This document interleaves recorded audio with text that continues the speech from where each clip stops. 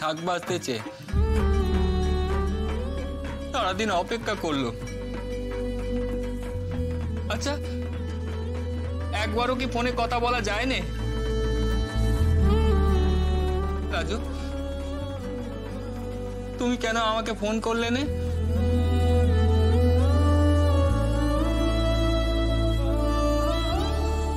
আচ্ছা, সে কি সে বাড়িতে এত সুখে আছে যে তার গরিব বোকা বট্টারে একেবারেই ভুলে গেল? না না, আমার লাজু আমারে বলতে পারেনি, কিছুতেই বলতে পারেনি। হয়তো ও বাড়িতে নিশ্চয়ই কোনো অশান্তি হয়েছে, তাই। আরে মেয়েটাকে আমার কারণেই পরের বাড়িতে থাকতে হচ্ছে। না জানি কত অপমান, কত কষ্টে সে বাড়িতে থাকছে সেই মেয়েটা। আচ্ছা, আমি কি আমার লাজুকে নিজে থেকে ফোন করব? তাহলে নিশ্চয়ই খুশি হবে মেয়েটা। হ্যাঁ,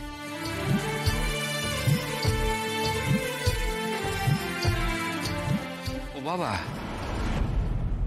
না না, আবার যদি ওই বুড়িটা ফোন ধরে তখন তখন তো সে লাজুকে সন্দেহ করবে, ও বাড়ি থেকে লাজুকে তাড়িয়ে দেবে।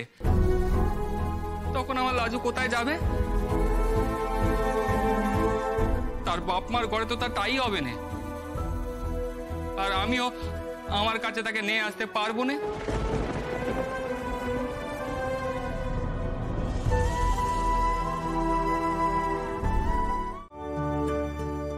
আজ অষ্টমী, কি হচ্ছে এবছর বাড়িতে? মা বাবা দুজনেই খুব কষ্ট পাচ্ছে। আমি একেবারে হারিয়ে গেছি ওদের কাছে। হয়তো ভাবছি আমি মরেই গেছি। আর ময়ূক, না, ওর কথা আমি ভাববো না। আমার জীবনটা শুধু ওর জন্য ওলট পালট হয়ে গেছে। আচ্ছা, মা কি করছে পুজোয়? সারাদিন কি শুধুই চোখের জল ফেলছে, নাকি গেছে পাড়ার পুজোয়?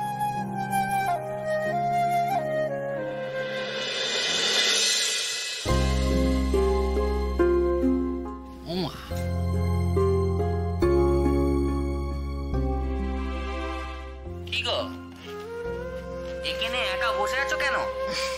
কখন উঠেছে গো ময়ূরদি? টের পাইনি তো। অনেক ভোরবেলা, ঘুমটা ভেঙে গেল, তাই ইচ্ছে করলো বাইরে এসে বসি। কি ভালো লাগছিল এখানে একা বসে থাকতে। জানো তো ময়ূরদি, কাল থেকে ছোটদার মন মেজাজ খুব খারাপ। খাওয়া দাওয়া করলো না ঠিক করে। লাজুর কি খবর গো? লাজবন্তী না? সুদেব, বলছি কি, কালকে লাজবন্তী ফোন করেনি না? একবারও ফোন করেনি, রাতেও করেনি। আসতে বলো। কেন? বাবা মা শুনতে পেলে কুরুক্ষেত্র হবে। না গো, কাল রাত্রিরে কতবার ফোনটা তুলে তুলে দেখলুম, আমার লাজু বুঝি আমারে ভুলে গেছে। আরে দূর, তাই আবার হয় নাকি? কালই তো কথা হয়েছে। আমি বলি কি ছোটদা, তুই না ফোনটা আরেকটা দিন রেখে দে তোর কাছে।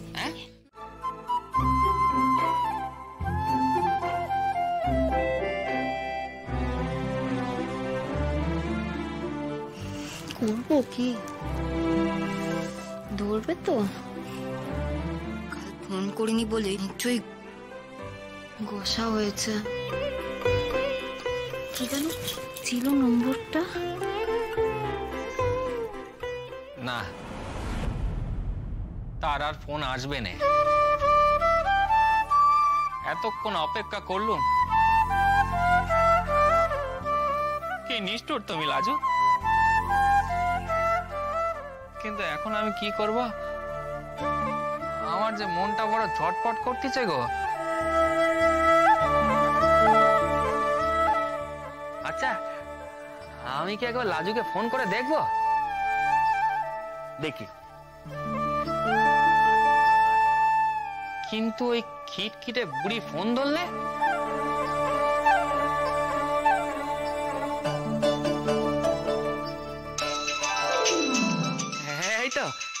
এই তো আমার লাজু ফোন করেছে। লাজু রে,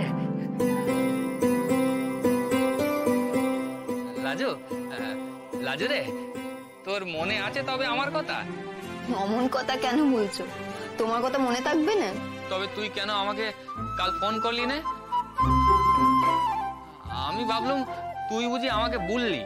কাল সারাদিন অপেক্ষা করে গেলাম, রাতে ঠিক করে ঘুম অবধি আমার এলো নেই। লাজু, তোর বুঝি একবারটিও আমার কথা মনে পড়ে নি কাল? খবরদার, তুমি অমন কথা কইবে না বলে দিলুম। আমি বলে কোত্থেকে না কোত্থেকে তোমার বাপের নম্বর জোগাড় করে ফোন করতুম নিত্যি। কই, তখন তো তোমার একটা বারের জন্যও মনে হয়নি লাজুটাকে ফোন করি একবার। ওরে কি করে করব? তোর নম্বর আমি জানি নাকি? আমি রোজ মাথা কুটে মরতেন, তোর নম্বর কেন রাখিনি সেই ভেবে। সে তো আমিও জানতুম না, খুঁজেছি বলে পেয়েছি। ইচ্ছে থাকলে উপায় হয়, জানো না? আমার বাপের নম্বর তুমি পেলে কোথায় লাজু? এবার যখন বাড়ি গেছিলুম, একখানা বে হিসেবের খাতা দেখেছিল, সেখানে আমার বাবা তোমার বাপের নম্বর লিখেছিল। সেখানে তোমার বাপের নাম লেখা ছিল হারান বিশ্বাস। সেটা দেখে আমি লিখে নিয়েছি।